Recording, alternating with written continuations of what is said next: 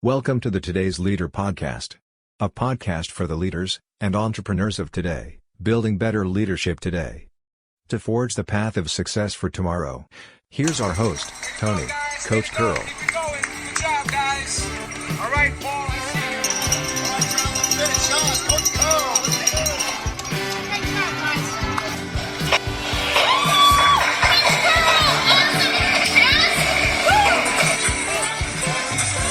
Hey there, it's Coach Curl here, and welcome to episode 278 of the Today's Leader podcast. Today I'm talking about creating trust from distrust. Now, we know that trust is the foundation of everything that's great in our life, everything that's great that's in our career, and everything that's great that's going on in our business. Now, it's been acknowledged by many leaders that trust is a critical component of leadership. It's a critical component of business, and it's absolutely vital in sales. It also plays such a huge dominant role in marketing.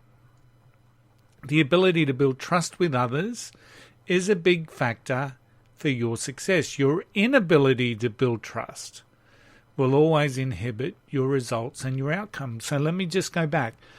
Your ability to build trust will be a big factor for your success. Your inability to build trust will inhibit you. Now, Judith Glasser in Conversational Intelligence speaks to the concept of trust and, importantly, the concept of distrust. Now, her trust model and other brilliant leadership resources have been an absolute gift to the leadership world. Unfortunately, Judith's no longer with us. She passed away in 2018. But she really does leave a legacy for all leaders. Now, trust is an absolute part, it's an absolute component of leadership language. But the reality for a lot of leaders is that they have to navigate to create trust. And often the trust that needs to be created is within an environment or a place of distrust. Many find this challenging at best, and at worst it's impossible. So most leaders understand the importance to build trust, and a good percentage of them will have great intention to do so. But when we have distrust, the underlying currency is cynicism and negativity. So when we have distrust, the underlying currency is cynicism and negativity. And why is that? Now, the real answer for this is the way that we're wired, the way that our brains are wired. And because fundamentally trust and distrust are in two separate parts of our brain.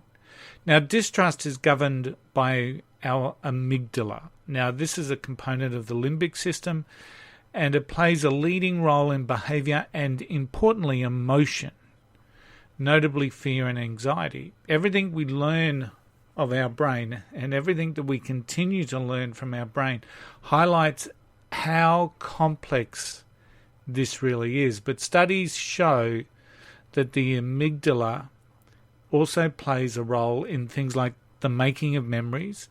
But what the observation and the research shows is that distrust originates in the amygdala based on the observance of the electrical activity within the brain. So when a person is feeling distrusting or distrustful, or they're getting that sense of, I'm not going to trust this particular person, the part of the brain that's firing up is the amygdala. Now, the same observational research shows that trust actually appears in our prefrontal cortex. So this is our more rational and our more logical part of the brain. This is the domain where decision-making and planning take shape. So we've got distrust that's happening in the place of our deepest emotions, and then we've got trust that's being formed in our more rational and our logical part of the brain. So in the simplified process, distrust is driven from emotion, from our limbic system. The amygdala fires up, and for whatever reason, the sense of distrust is created. Trust, however, is a learned response in our rational brain.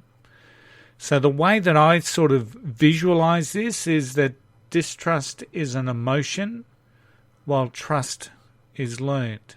Now, of course, there's a lot more to it, but fundamentally, if you really want to understand how to build trust when you're moving into an environment of mistrust or distrust, that's a really simple way to think about it. Distrust is an emotion deeply etched, and trust is learned. And when we understand that in the simplest form, it provides a way forward for leaders. Now, to build trust from distrust, trust-building activities are an absolute must. Now, you've probably heard me say before, to build trust, you first must be trustworthy. And that is always will be a critical component in how you build trust. But what this research shows, and what Judith Glasser talks to, is the scientific or the neuro leadership or the research shows that is actually the case. The case. Trust building activities are a must for a leader. You must be trustworthy. And in an overwhelming environment of distrust, and remember, this is built on the hijacked amygdala, the same area that we feel fear, the same area we get that fight or flight response, that's where we're building distrust. But one of the key areas here is that in an overwhelming environment, the BS meter smells a fake a mile away. So smells a fake a mile away. Remember, the underlying currency is cynicism. So trust-building activities and behaviours are critical to build trust in this domain. Now, words just don't do it. In fact, when people say, trust me, it often fires up the amygdala. And once again, we start smelling that the old BS meters start ring-a-linging like there's no tomorrow. So words aren't enough. It has to be behaviours. And those trust-building behaviours are an absolute must for any sort of a leader that's wanting to build trust out of a sense or an environment of distrust. Now, the other area that I know in relation to the studies that I've done in the way that our brain works is that the sense of distrust is never actually erased, right? So any sort of neuroactivity that we have in our brain just never goes away. It just you can minimize it, hence the reason why we can form good habits out of bad habits. But it's always there. You can't erase it. You can't get a rubber and erase it out of your brain. It's always there. And the same applies for this sense of distrust.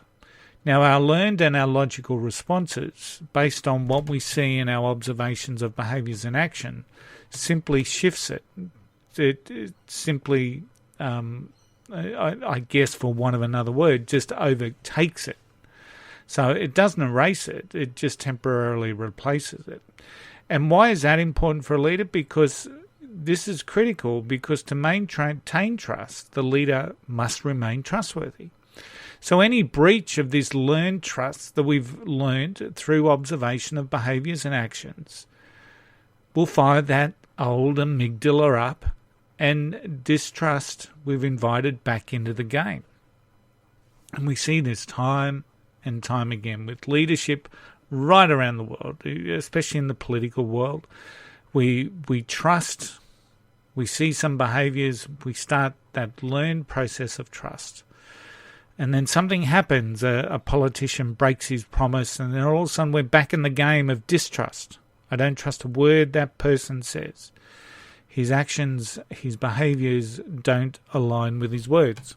So as a leader coming through or taking on a position where the overwhelming environment, the overwhelming culture is one of distrust, the key here for you is to continue to show those trust-building behaviours, to continue to be trustworthy, and to continue to show and highlight that with people.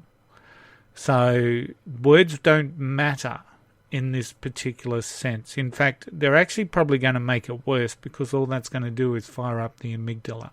So it's a really interesting concept. So how do you build trust from a place of distrust? It's a learned process for the other person to start trusting you. And they've got to see that through your actions, your behaviours, your transparency, your communication, that you've got to lead any team.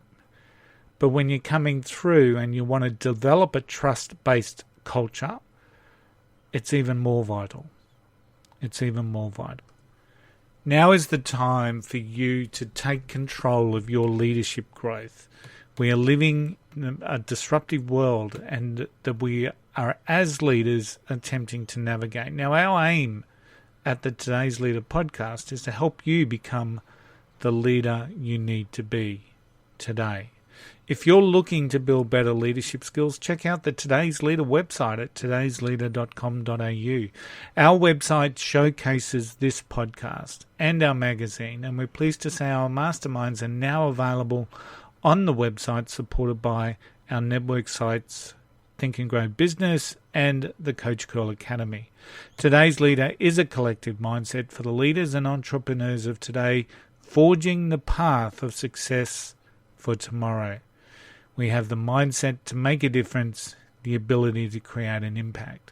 Think and Grow Business hosts our Today's Leader Masterminds, Think and Grow Business, where we focus on personal, professional and business growth. Book your free 30-minute discovery call right from the homepage at thinkandgrowbusiness.com.au. And the Coach Curl Academy has over 78 programs to help you build a better you. Join for just $1, $1 jolly dollar, $1 jolly Australian dollar for the first month. The Academy equips you and enhances mindset, leadership and business. Check it out at thecoachcurlacademy.com. You are standing stronger, braver and wiser. Don't forget the golden rule. You know what it is.